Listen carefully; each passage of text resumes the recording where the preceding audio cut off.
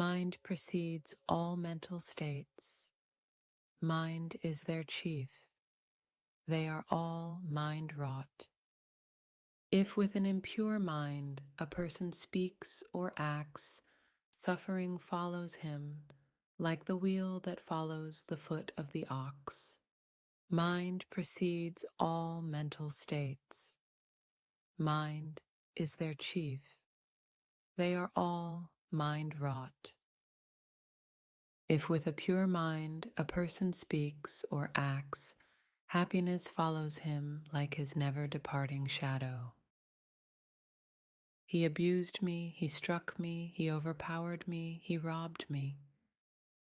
Those who harbor such thoughts do not still their hatred. Hatred is never appeased by hatred in this world. By love alone is hatred appeased. This is a law eternal. There are those who do not realize that one day we all must die. But those who do realize this settle their quarrels. Just as a storm throws down a weak tree, so does Mara overpower the man who lives for the pursuit of pleasures, who is uncontrolled in his senses, immoderate in eating, indolent, and dissipated.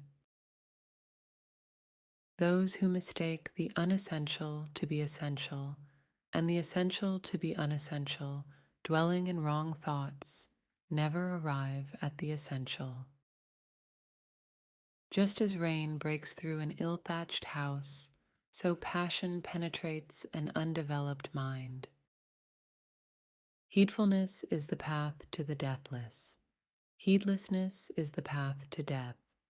The heedful die not. The heedless are as if dead already. By effort and heedfulness, discipline and self-mastery, let the wise one make for himself an island which no flood can overwhelm. Just as a fletcher straightens an arrow shaft, even so the discerning man straightens his mind, so fickle and unsteady, so difficult to guard. Dwelling in the cave of the heart, the mind, without form, wanders far and alone. Those who subdue this mind are liberated from the bonds of Mara. All too soon, this body will lie on the ground, cast off, bereft of consciousness, like a useless scrap of wood.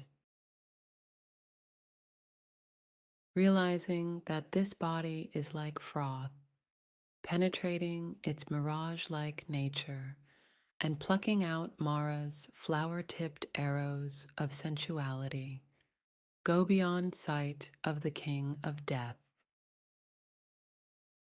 Not the sweet smell of flowers, not even the fragrance of sandal, tagara, or jasmine blows against the wind, but the fragrance of the virtuous blows against the wind.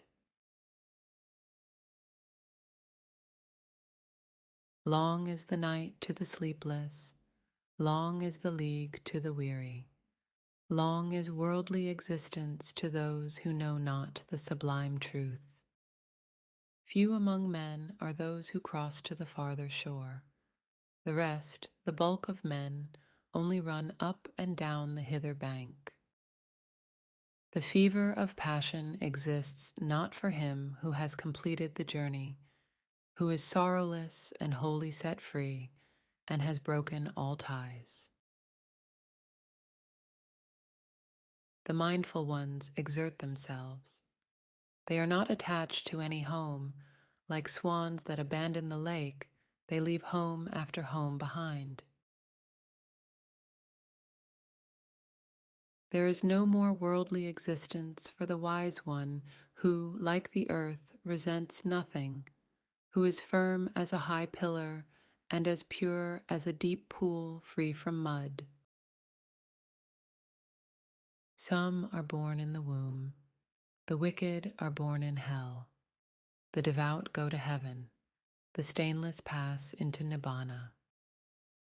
Neither in the sky, nor in mid-ocean, nor by entering into mountain clefts, Nowhere in the world is there a place where one will not be overcome by death.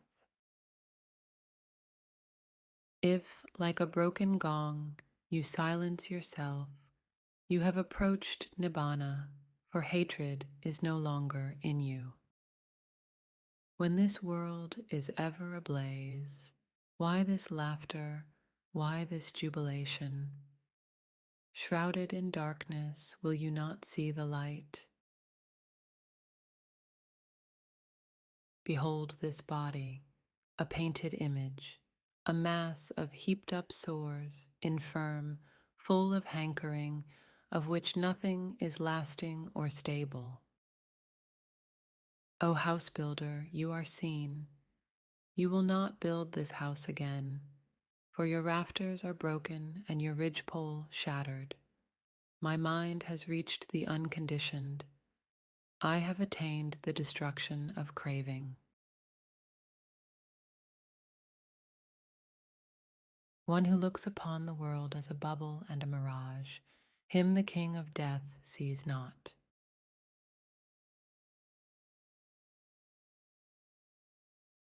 Blind is the world. Here only a few possess insight. Only a few, like birds escaping from the net, go to realms of bliss. From what's dear is born grief, from what's dear is born fear. For one freed from what's dear, there's no grief, so how fear? One by one, little by little, moment by moment, a wise man should remove his own impurities, as a smith removes his dross from silver.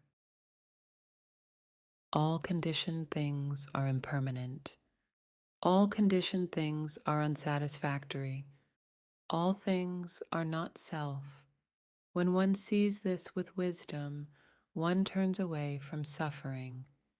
This is the path to purification.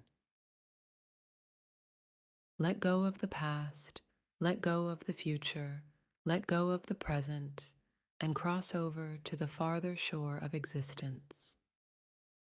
With mind wholly liberated, you shall come no more to birth and death.